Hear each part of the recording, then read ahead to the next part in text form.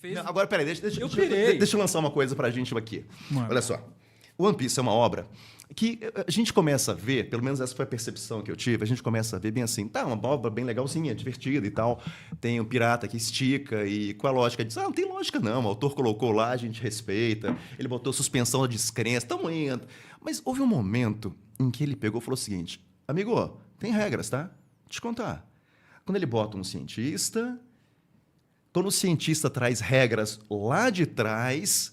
Falou assim, olha, havia regras, o mundo era tecnológico, era científico, essas regras existem, tem máquinas diferentes e tal.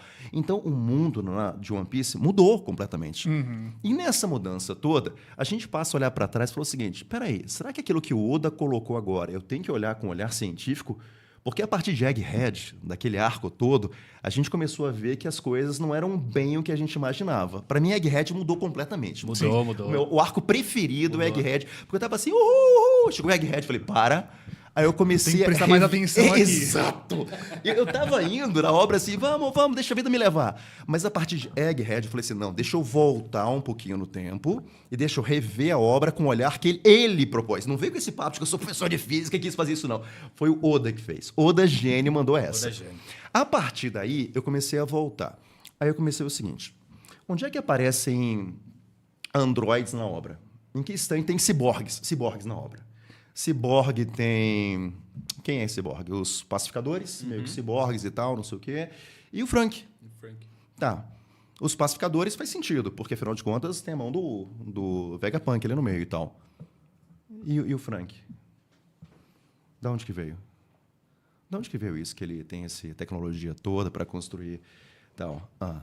Mas, espera aí, a família do Frank, família adotiva ou tal, ela tinha plantas, né? Sim. Plantas de uma das armas. Uhum. Certo.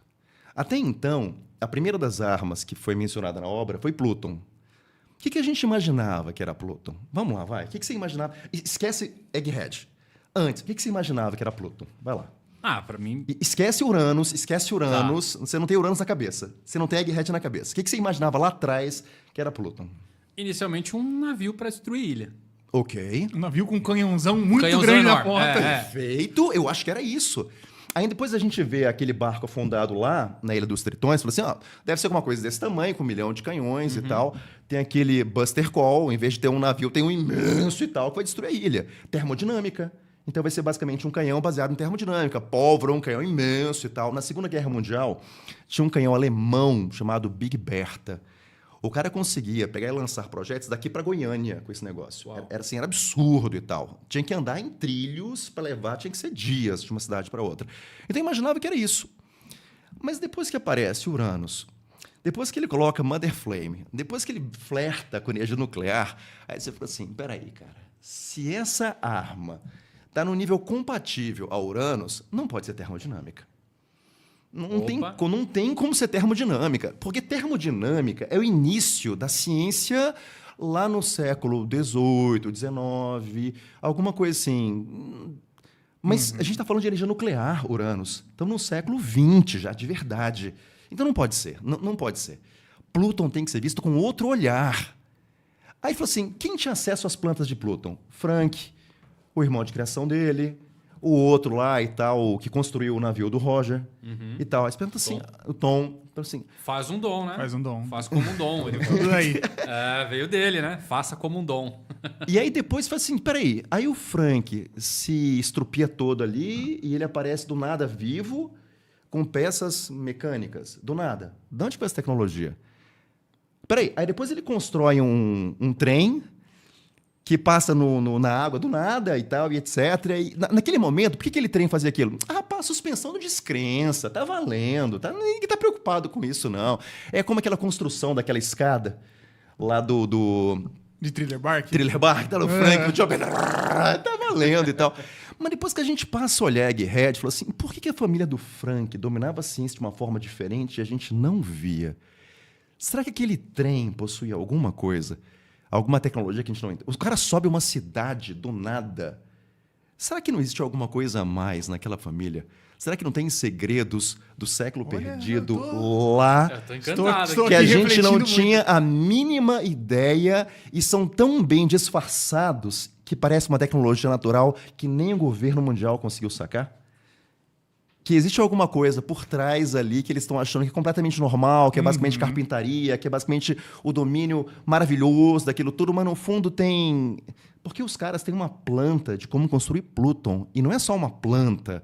Eles devem minimamente saber que tem alguma coisa diferente ali. Quando o Frank vai para a cidade lá do Vegapunk, ele aprende algumas coisas e tal, mas quem por acaso não tem minimamente ciência, respeitosamente, você pega um carpinteiro, coloca esse carpinteiro no curso de engenharia, não vai adiantar nada. Ele tem que dominar minimamente alguma coisa para pegar os conceitos. Frank entra lá e já sai construindo megazords. O Frank sabia alguma coisa. O Frank tinha conhecimento aqui, ó. Só que talvez, por algum motivo que não pode compartilhar, ele não diz para os outros. Rapaz, ele constrói um navio que faz coisas maravilhosas. E tem coisa que a gente não sabe daquele navio, do Sunny ainda, hein? Tem coisa que a gente não sabe. Tem tanta dó que a gente viu uma ou outra. Exatamente. Então, o papo é o seguinte. Vou lançar a braba agora. A família do Frank conhece muito mais do século perdido sobre tecnologia e ciência do que a gente imaginava. Mas absurdamente mais. Essa me pegou muito. Absurdamente mais. É envolvente, eu fico maluco de não ter pensado antes.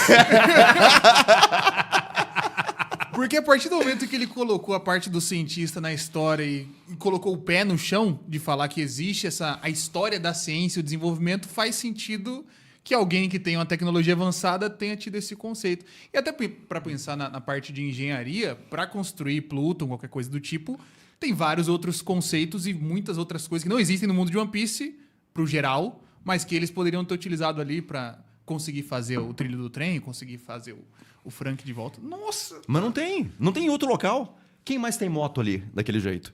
Quem mais tem uma motona daquela quando o Frank construiu? Chegou, subiu, dando na cara da Big Mom. E parece só uma piada. É, exatamente. Esse, talvez a grande piada do Oda seja fazer uma piada, jogar na nossa cara uma revelação. E o legal é que no final, o Iceberg lá, né? O George Clooney. George Clooney. Nosso George Clooney, ele falou que a meta deles era fazer o Water 7 flutuar, né? E ao que parece, ele colocou... Como é que você coloca uma cidade inteira para flutuar, meu? Conhecimento antigo. Exato.